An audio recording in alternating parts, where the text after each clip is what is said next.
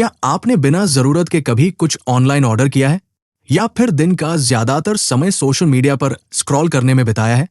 बस एक और रील, एक और पोस्ट, एक और नोटिफिकेशन, या कभी अचानक चॉकलेट, फास्ट फूड या कोई और क्रेविंग इतनी जोरदार हो गई कि आप खुद को रोक नहीं पाए? अगर हाँ, तो आप अकेले नहीं हैं। चलिए इस वीडियो में जानते हैं कि क्या हम अपनी इच्छाओं को नियंत्रित कर सकते हैं।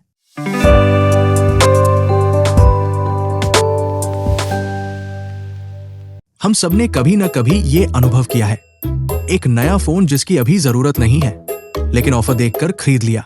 इंस्टाग्राम पर बस 5 मिनट के लिए गए थे और अब 1 घंटे से स्क्रॉल कर रहे हैं। या फिर आधी रात को फ्रिज खोलकर केक का टुकड़ा खा लिया, जबकि सुबह से डाइट पर थे। ये सब कुछ सामान्य लगता है, लेकिन असल में ये हमारे जीवन में एक गहरी समस्या की ओर इशारा करता है, इच्छाओं पर नियंत्रण की कमी। आज के समय में इच्छाओं को नियंत्रित करना पहले से कहीं ज्यादा कठिन हो गया है। सोशल मीडिया हमें लगातार किसी न किसी चीज की चाहत में डाल देता है। किसी की जिंदगी देखकर हमें भी वही चाहिए होता है। विज्ञापन कंपनीज हमारे मन को इस तरह प्रभावित करती हैं कि हम बिना सोचे समझे चीजें खरीद लेते हैं। इमोशनल टेंशंस, लोनलीनेस या boredom, we use desires as distractions from these. लेकिन जब इच्छाएं हमारी आदत बन जाती हैं, तब धीरे धीरे वे हमारी प्राथमिकताओं, मानसिक शांति और आत्मनियंत्रण को निगलने लगती है। यही कारण है कि ये विषय आज के युग में अत्यंत प्रासंगिक हो गया है। ये केवल आत्मसंयम की बात नहीं है, बल्कि मानसिक स्वास्थ्य, जीवन की दिशा और व्यक्तिगत विकास से जुड़ा हुआ है। इस वीडियो में हम जानेंगे कि प्राचीन दार्शनिकों ने इच्छाओं को कैसे समझा और उस पर नियंत्रण की क्या राह दिखाई। फिर हम देखेंगे कि विभिन्न धार्मिक और नैतिक परंपराएं इच्छाओं को कैसे परिभाषित करती है। हम आधुनिक दर्शन और मनोविज्ञान से ये समझने की कोशिश करेंगे कि हमारी इच्छाएं उत्पन्न कैसे होती हैं और उनका असर हमारे व्यवहार पर क्या होता है। और अंत में हम कुछ साहित्यिक उदाहरणों और व्यावहारिक उपायों के जरिए ये जानेंगे कि इन इच्छाओं को कैसे संतुलित किया जा सकता है, दबाकर नहीं बल्कि समझदारी से। ये यात्रा सिर्फ डिजायर कंट्रोल की नहीं, बल्कि सेल्फ अंडरस्टैंडिंग और आत्मिक स्वतंत्रता की ओर एक कदम है। जब हम इच्छाओं को नियंत्रित करने की बात करते हैं, तो ये कोई नया संघर्ष नहीं है। हजारों साल पहले भी दार्शनिकों और आध्यात्मिक गुरुओं ने इस प्रश्न पर गहराई से चिंतन किया। उनकी शिक्षाएं आज भी उतनी ही प्रासंगिक हैं जितनी उस समय थी। आइए हम 4 प्रमुख स्रोतों, स्टोइसिज्म, भगवद गीता, बुद्ध के दर्शन और अरस्तू के विचार के माध्यम से समझें कि प्राचीन बुद्धिमत्ता हमें क्या सिखाती है। सबसे पहले बात करते हैं स्टोइसिज्म की, जो कहता है जो नियंत्रित कर सकते हो वही करो। स्टोइक दर्शन प्राचीन ग्रीस और रोम से आया है और इसके 2 महान विचारक थे, एपिक्टेटस और मार्कस ऑरेलियस। स्टोइसिज्म की बुनियादी शिक्षा यह है कि दुनिया में 2 तरह की चीजें होती हैं, एक जो हमारे नियंत्रण में है और दूसरी जो नहीं है। हमारी इच्छाएं, भावनाएं और प्रतिक्रियाएं हमारे नियंत्रण में है, लेकिन बाहरी घटनाएं, दूसरों का व्यवहार या परिणाम, ये सब हमारे बस में नहीं है। एपिक्टेटस कहते हैं जो तुम्हारे नियंत्रण में नहीं है उसकी चिंता मत करो। मार्कस ऑरेलियस अपनी डायरी में लिखते हैं कि इच्छाओं के पीछे भागना आत्मा की शांति को नष्ट कर देता है। वे सेल्फ डिसिप्लिन, कर्तव्य और वर्तमान में जीने की बात करते हैं। उनके अनुसार जो व्यक्ति अपनी इच्छाओं को पहचान कर सीमित कर सकता है, वही वास्तव में स्वतंत्र है। अब बढ़ते हैं भगवद गीता की ओर, जो गहन रूप से बात करता है डिजायर वर्सेस ड्यूटी की। हिंदू दर्शन का महान ग्रंथ भगवद गीता इस विषय पर गहरा प्रकाश डालता है। अर्जुन जब युद्ध भूमि में मोह और इच्छाओं के जाल में फंस जाते हैं, तब श्री कृष्ण उन्हें सिखाते हैं कि जीवन का उद्देश्य केवल इच्छा पूर्ति नहीं, बल्कि धर्म यानी कर्तव्य है। गीता में श्री कृष्ण कहते हैं, काम एष क्रोध एष रजोगुण समुद्भव महाशनो महापापमा विद्धेन्मी वैरिणम। यानी काम वासना जो रजोगुण से उत्पन्न होती है और बाद में क्रोध का रूप धारण कर लेती है, इसे पाप के रूप में संसार का सर्वभक्षी शत्रु समझो। वे ये भी कहते हैं, कर्म करो, फल की इच्छा मत करो। ये शिक्षा केवल इच्छाओं से बचने की बात नहीं करती, बल्कि उन्हें अपने कर्तव्यों के अधीन रखने की बात करती है। फिर बात करते हैं बुद्ध के 4 आर्य सत्यों की। वे कहते हैं तृष्णा ही दुख का मूल है। गौतम बुद्ध ने जीवन के दुख का कारण और समाधान दोनों बताए। उनके अनुसार जीवन में दुख का मूल कारण है तृष्णा या क्रेविंग और डिजायर। ये तृष्णा ही है जो हमें असंतोष, पीड़ा और मोह में डालती है। बुद्ध का पहला आर्य सत्य कहता है कि जीवन दुखमय है। दूसरा बताता है कि इसका कारण तृष्णा है। तीसरा सत्य बताता है कि इस तृष्णा को समाप्त किया जा सकता है। और चौथा सत्य बताता है अष्टांगिक मार्ग, जो इच्छाओं को समझदारी से संयमित करने की राह दिखाता है। बुद्ध ये नहीं कहते कि सभी इच्छाएं बुरी हैं, बल्कि वे कहते हैं कि अंधी और अनियंत्रित इच्छाएं ही दुख का कारण बनती है, जिसका समाधान है जागरूकता, ध्यान और संतुलन। अंत में बात करते हैं अरस्तु के गोल्डन मीन की। ग्रीक दार्शनिक अरस्तु का दृष्टिकोण थोड़ा अलग था। वे मानते थे कि इच्छाएं पूरी तरह दबानी नहीं चाहिए, बल्कि उन्हें संतुलित करना चाहिए। उनका प्रसिद्ध सिद्धांत था गोल्डन मीन, यानी किसी भी गुण का आदर्श रूप उसके दो एक्सट्रेमिटीज के बीच में होता है। उदाहरण के लिए साहस दो एक्सट्रीम्स के बीच है, कायरता और ओवर कॉन्फिडेंस। उसी तरह इच्छाएं भी दो अतियों के बीच संतुलित होनी चाहिए। अरस्तु मानते थे कि इच्छाओं का सही दिशा में उपयोग करके हम यूडेमोनिया यानी मानव जीवन की पूर्णता या फ्लरिशिंग प्राप्त कर सकते हैं। निष्कर्षतः प्राचीन दर्शन हमें तीन मुख्य बातें सिखाते हैं। पहली, इच्छाओं को पूरी तरह दबाना नहीं, बल्कि पहचानना और नियंत्रित करना जरूरी है। दूसरी, कर्तव्य और विवेक के आधार पर निर्णय लेना आवश्यक है। तीसरी, संतुलन और जागरूकता से ही हम आंतरिक शांति की ओर बढ़ सकते हैं। ये ज्ञान आज के समय में भी उतने ही मूल्यवान है जितने हजारों साल पहले थे। अब आगे बढ़ते हैं धार्मिक और नैतिक दृष्टिकोण की ओर, जहां हम देखेंगे कि अलग अलग परंपराएं इच्छाओं को कैसे समझती हैं। इच्छा केवल एक मानसिक या दार्शनिक विषय नहीं है, बल्कि ये आध्यात्मिक विकास और नैतिक जीवन की भी एक केंद्रीय चुनौती रही है। अलग अलग धार्मिक परंपराओं और संतों ने इसे आत्मा और शरीर, स्वार्थ और सेवा, मोह और मुक्ति के संघर्ष के रूप में देखा है। इस खंड में हम तीन महत्वपूर्ण दृष्टिकोणों को देखेंगे: संत ऑगस्टिन, इमाम गजाली और कबीर व सूफी कवियों की शिक्षाएं। सबसे पहले बात करते हैं सेंट ऑगस्टीन के आत्मा और शरीर के द्वंद्व की। ईसाई परंपरा में संत ऑगस्टिन की कृति कॉन्फेशंस आत्मनिरीक्षण और आत्मसंघर्ष का एक ऐतिहासिक उदाहरण है। वे स्वीकार करते हैं कि जीवन में एक गहरी खींचतान है, फ्लैश या शरीर की इच्छाएं और स्पिरिट यानी आत्मा की पुकार के बीच। वे बताते हैं कि कैसे वासनाएं, भोग विलास और सांसारिक इच्छाएं हमें ईश्वर से दूर ले जाती है। वे मानते हैं कि वे खुद इस द्वंद्व से जूझे और स्वीकारते हैं कि इच्छाओं ने उन्हें भ्रमित किया, लेकिन आत्मा की गहराई ने उनका सत्य की ओर मार्गदर्शन किया। उनकी शिक्षा यह है कि सच्चा सुख केवल तब आता है जब हम आत्मा की आवाज सुनते हैं और अपने मन को संयमित करके ईश्वर से जुड़ते हैं।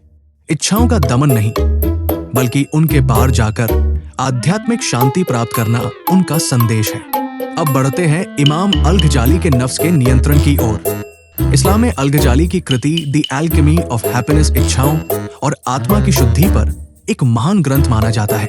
उनका मुख्य विषय है नफ्स यानी आत्मा का वो भाग जो इच्छाओं, घमंड और लोभ से संचालित होता है। उनके अनुसार जब तक इंसान अपने नफ्स को नियंत्रित नहीं करता, तब तक वो सच्ची आध्यात्मिकता को नहीं पा सकता। वो कहते हैं कि इच्छाएं हमारे भीतर की धूल है। अगर हम उसे साफ नहीं करते तो आत्मा का दर्पण धुंधला हो जाता है। अल-गजाली ये नहीं कहते कि दुनिया से भागो, बल्कि ये सिखाते हैं कि दुनिया में रहते हुए भी भीतर से शुद्ध कैसे रहा जाए। उनका ध्यान आत्मसंयम, प्रार्थना और ध्यान पर है, जिसके द्वारा नफ्स को नियंत्रित किया जा सकता है और आत्मा को ईश्वर के प्रकाश से जोड़ा जा सकता है। भारत की संत परंपरा में कबीर और सूफी वाणी इच्छाओं और माया के जाल से मुक्ति की सीधी लेकिन गहन बात करती है।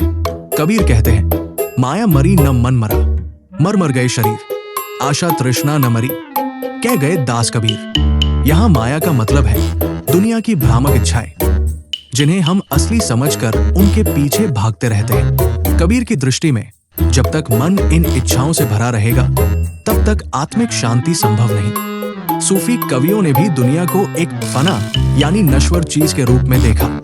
वे कहते हैं कि प्रेम ईश्वर से हो, न कि वस्तुओं या रिश्तों के मोह से।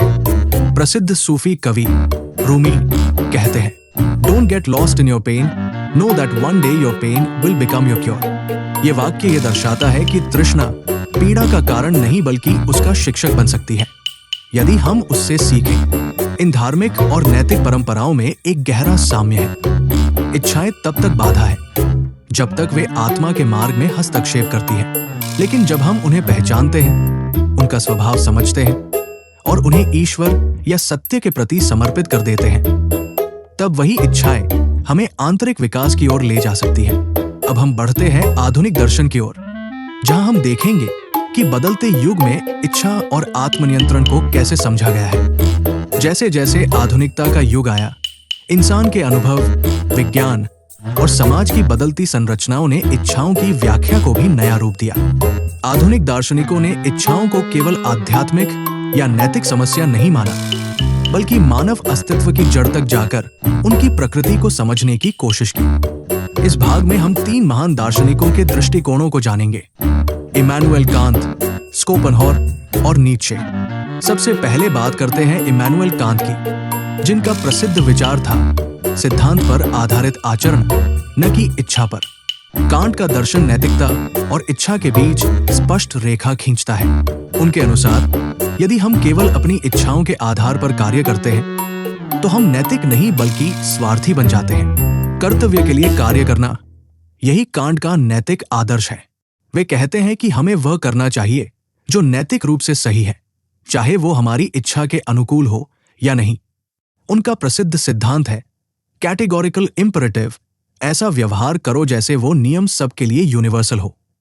उदाहरण के लिए, अगर आप केवल इसीलिए सच्चाई बोलते हैं क्योंकि उसका आपको लाभ होगा, तो वो नैतिक नहीं। लेकिन अगर आप सिद्धांत रूप में सच बोलते हैं क्योंकि वो सही है, तो आप नैतिक हैं। कांट के अनुसार इच्छाओं को नियंत्रित करने का सबसे सशक्त तरीका है सिद्धांत और नैतिक विवेक से संचालित होना। आर्थर स्कोपेनहावर ने कहा, जीवन पेन और बॉर्डम के बीच झूलता पेंडुलम है। शोपेनहावर का दर्शन एकदम भिन्न है। वो जीवन को आशावादी दृष्टि से नहीं देखते। उनकी कृति the world as will and representation में वे कहते हैं कि पूरा ब्रह्मांड विल यानी एक अंधी अंतहीन इच्छा से संचालित होता है। मानव जीवन इस इच्छा का शिकार है। जब तक हमारी कोई इच्छा अधूरी रहती है, हम पीड़ा में रहते हैं, और जब इच्छा पूरी हो जाती है तो हम बॉर्डम महसूस करते हैं। इस तरह जीवन हमेशा पेन और बॉर्डम के बीच झूलता रहता है। उनके अनुसार इच्छाओं से मुक्ति पाने का रास्ता है कलाओं, करुणा और आत्मानुशासन के जरिए इच्छा को निष्क्रिय करना। वे जीवन से पलायन का पक्ष नहीं लेते, लेकिन वे ये जरूर कहते हैं कि इच्छाओं की पहचान और उनसे दूरी बनाना ही आंतरिक शांति का मार्ग है। फ्रेडरिक नीत्शे शोपेनहावर के ठीक विपरीत है। वे इच्छाओं को दबाने की नहीं, बल्कि उन्हें रचनात्मक ऊर्जा में बदलने की बात करते हैं। उनका विचार है विल टू पावर, यानी हर व्यक्ति के भीतर कुछ बनने, कुछ रचने, कुछ प्रभाव छोड़ने की इच्छा होती है। नीत्शे कहते हैं कि इच्छाओं को दमन करने से हम कमजोर बनते हैं, बल्कि हमें उन्हें ऊंचे लक्ष्य, कला, ज्ञान और आत्मविकास की दिशा में मोड़ना चाहिए। यही विल टू पावर है, एक ऐसी शक्ति जो हमें आत्मनिर्माण की ओर ले जाती है। उनके अनुसार नैतिकता या समाज के बनाए नियमों के अनुसार इच्छाओं को दबाना स्लेव मोरालिटी है। वे एक युवमंच की बात करते हैं, एक ऐसा व्यक्ति जो अपनी इच्छाओं को पहचानता है, उन्हें आत्मज्ञान में रूपांतरित करता है और इस प्रक्रिया में एक नई नैतिकता का सृजन करता है। जहां कांट हमें बताते हैं कि इच्छाओं के बजाय सिद्धांतों से जियो, वही शोपेनहावर हमें उनकी निरर्थकता और पीड़ादायक चक्र से अवगत कराते हैं। और नीत्शे हमें प्रेरित करते हैं कि हम अपनी इच्छाओं को दबाए नहीं, बल्कि उन्हें रचनात्मक शक्ति में रूपांतरित करें। तीनों दृष्टिकोण हमें यही सिखाते हैं कि इच्छा पर नियंत्रण केवल आत्मानुशासन से नहीं, बल्कि गहरी समझ, उच्च उद्देश्य और आत्मनिर्माण की इच्छा से ही संभव है। दार्शनिक दृष्टिकोण के बाद अब आइए मनोविज्ञान की ओर देखें, जहां इच्छाओं को सिर्फ नैतिक या आध्यात्मिक संघर्ष नहीं माना गया, बल्कि मानव मस्तिष्क और व्यवहार की जड़ में मौजूद एक प्राकृतिक शक्ति के रूप में समझा गया। आधुनिक मनोविज्ञान ये दिखाता है कि कैसे इच्छाएं हमारे निर्णयों, आदतों और जीवन की दिशा को प्रभावित करती हैं और कैसे हम उन्हें समझकर नियंत्रित कर सकते हैं। सिगमंड फ्रॉयड का मनोवैज्ञानिक मॉडल मानव मन को 3 भागों में बांटता है: ईड, ईगो और सुपर ईगो। ईड वो हिस्सा है जहां हमारी अवचेतन इच्छाएं रहती हैं।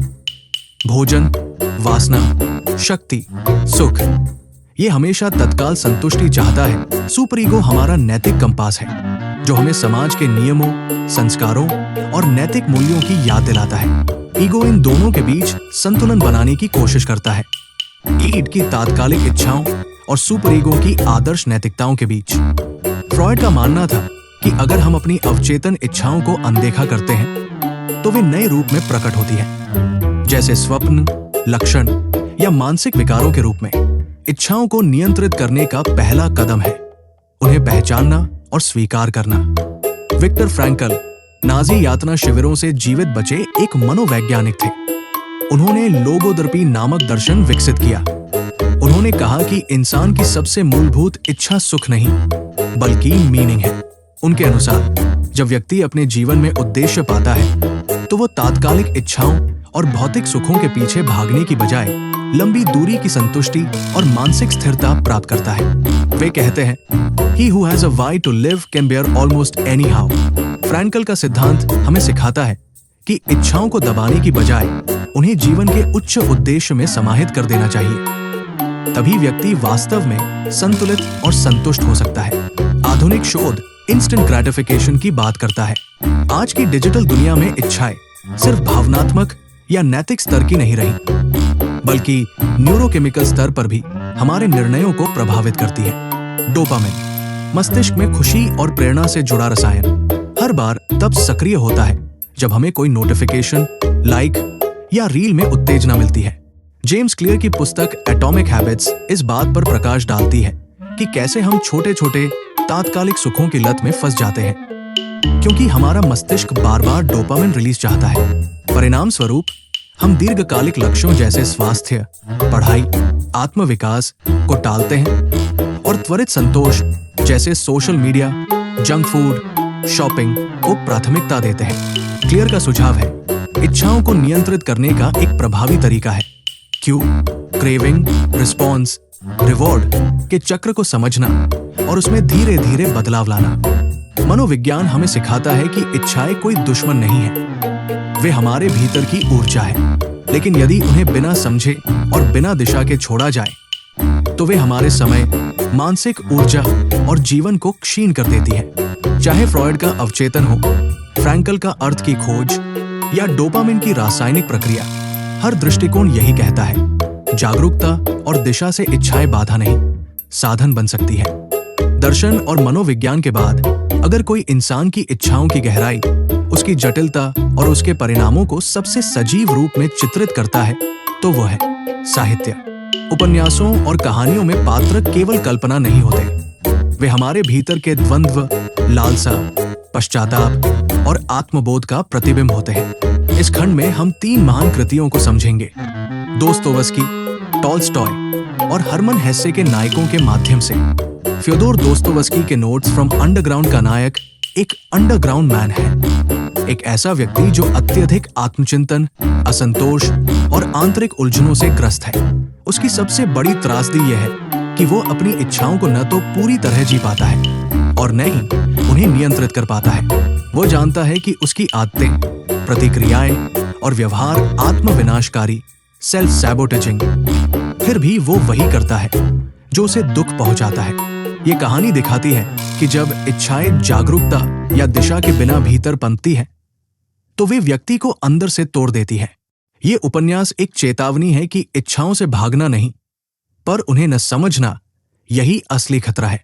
लियो टॉल्स्टॉय की पुस्तक the death of Ivan Ilyich में इवान इलिच एक सफल न्यायाधीश है जिसने जीवन भर समाज की अपेक्षाओं और मान्यताओं के आधार पर निर्णय लिए, एक अच्छा करियर, प्रतिष्ठा, परिवार।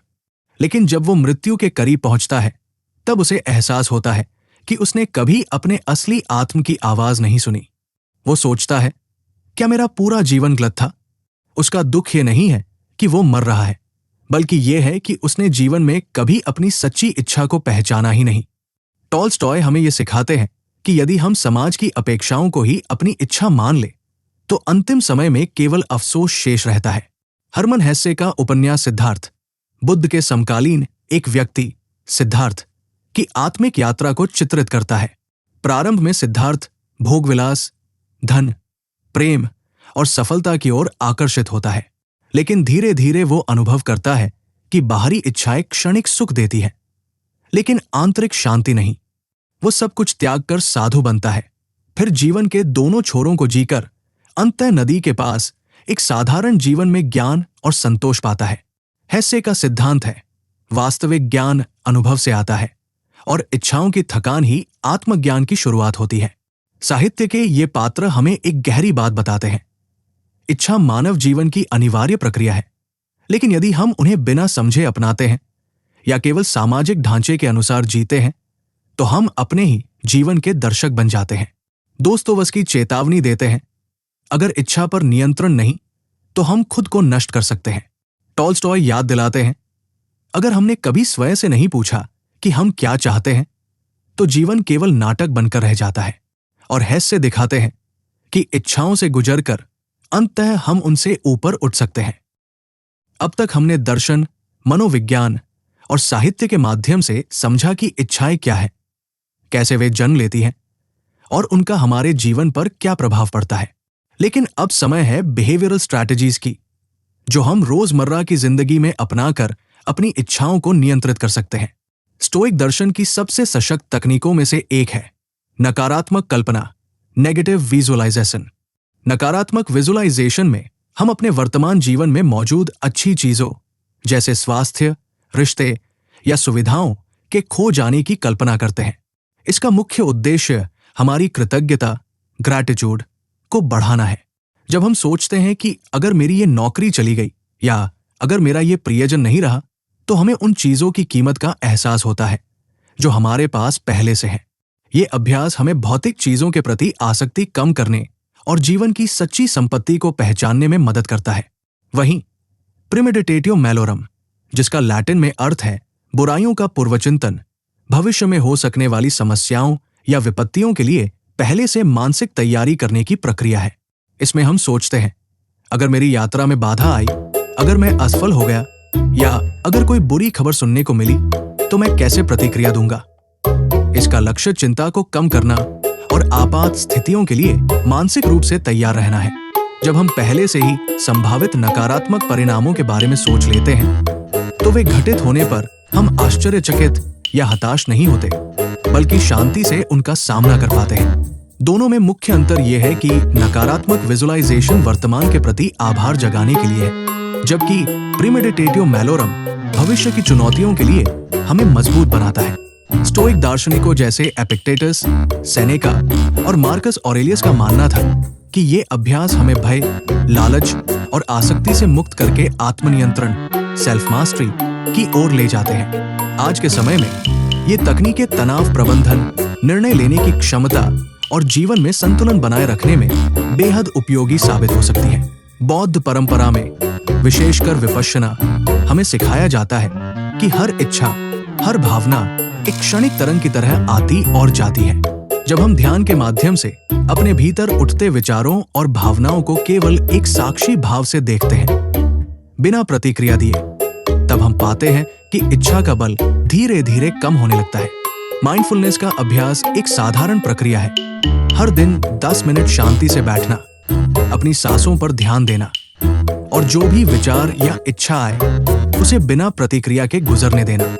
ये अभ्यास हमें सिखाता है कि हम अपनी इच्छाओं के गुलाम नहीं बल्कि दर्शक बन सकते हैं। ये अंतर ही नियंत्रण की शुरुआत है। आज की दुनिया में इच्छाओं की सबसे तेजी से बढ़ती जगह है डिजिटल दुनिया। हर नोटिफिकेशन, हर लाइक, हर शॉर्ट वीडियो हमारे अंदर डोपामाइन का विस्फोट करता है। इसका परिणाम है डिप्रेशन, एंजाइटी और इच्छाओं की अतृप्ति। कॉल न्यूपोर्ट अपनी पुस्तक डिजिटल मिनिमलिज्म में सलाह देते हैं कि हमें टेक्नोलॉजी का उपयोग सोच समझकर करना चाहिए। कुछ व्यावहारिक सुझाव हैं, जैसे कि दिन में केवल 2 बार सोशल मीडिया चेक करना, स्क्रीन टाइम ट्रैक करना, इंफॉर्मेशन की जगह साइलेंस और गहराई को प्राथमिकता देना। डिजिटल सीमाओं को बनाना आधुनिक इच्छाओं को नियंत्रित करने की आवश्यक रणनीति है। अंत में बात करते हैं डिलेड ग्रेटिफिकेशन और Marshmallow experiment and long term thinking की।